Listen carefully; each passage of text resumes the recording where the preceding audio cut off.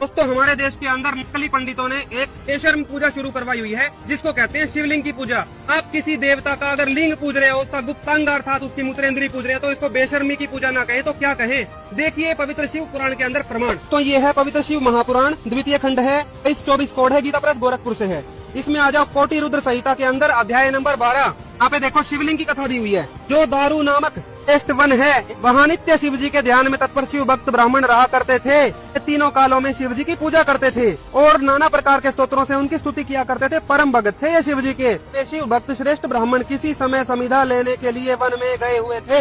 अपनी हवन सामग्री लेने वन में चले गए अंदर जंगल के। अब वो तो जंगल में गए हुए थे, उनकी पत्नियां थी घर पे। भगवान शंकर विकट रूप धारण कर वहाँ आए उनके घर पे। वे दिगंबर बिल्कुल नंगे बिना कपड़ों के। महातेजस्वी भगवान शंकर हाथ में लिंग को, मूत्रेंद्री को, प्राइवेट पार्ट को हाथ में धारण कर विचित्र लीला करने लगे। कामियों के समान, जैसे कामी आदमी लिंग को हाथ में लेके करता है, वो चेष्टा कर रहे थे। अन्य स्त्रियां विवल तथा आश्चर्यचकित होकर वहां चली आई। कुछ स्त्रियों ने परस्पर हाथ पकड़कर आलिंगन किया। कुछ ऋषियों की पत्नियां वहां आके चिपकने लगी उनके। कुछ स्त्रियां आपस में आलिंगन करने से अत्यंत मोहविवल हो गई। इसी बीच सभी ऋषिवर वन से समिधा लेकर आ गए और वे इस आचरण को देखकर दुखी तथा क्रोध से व्याकुल हो गए। जब अपनी पत्नियों को इस हालत में देखा किसी पुरुष के साथ, तो वो बहुत दुखी हुए और क्रोधित भी हुए। उन ऋषियों ने शिव जी से कहा, हे अवधूत, तुम वेद मार्ग का आलोक करने वाले हो, यह विरुद्ध आचरण कर रहे हो। तुम वेदों के अनुसार नहीं चल रहे, सभ्य समाज के अनुसार जो भगवान ने ज्ञान दिया था। तुम्हारा यह लिंग पृथ्वी पर गिर जाए।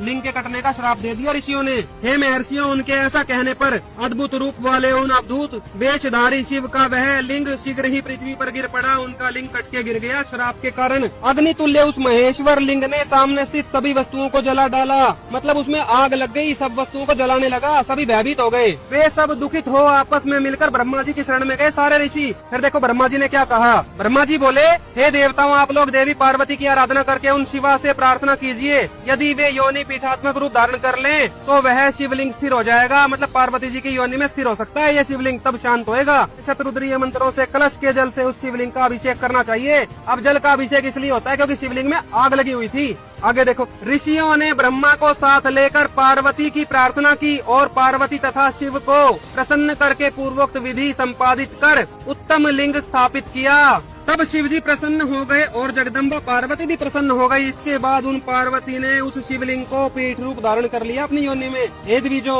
तब शिवलिंग के स्थापित हो जाने पर लोगों का कल्याण हुआ और वह शिवलिंग तीनों लोकों में प्रसिद्ध हो गया, जिसको आज हम बेशरम पूजा के रूप में जानते हैं। तो सभी सनातनियों से मेरी हाथ जोड़ के प्रार्थना है, इस बेशरम पूजा से बाहर निकलो, इसकी वास्तविकता समझो। अगर असली आदि सनातन धर्म को समझना चाहते हो, मोक्ष प्राप्ति चाहते हो, तो YouTube पर सर्च कीजिए संत रामपाल जी महाराज, सत साहिब।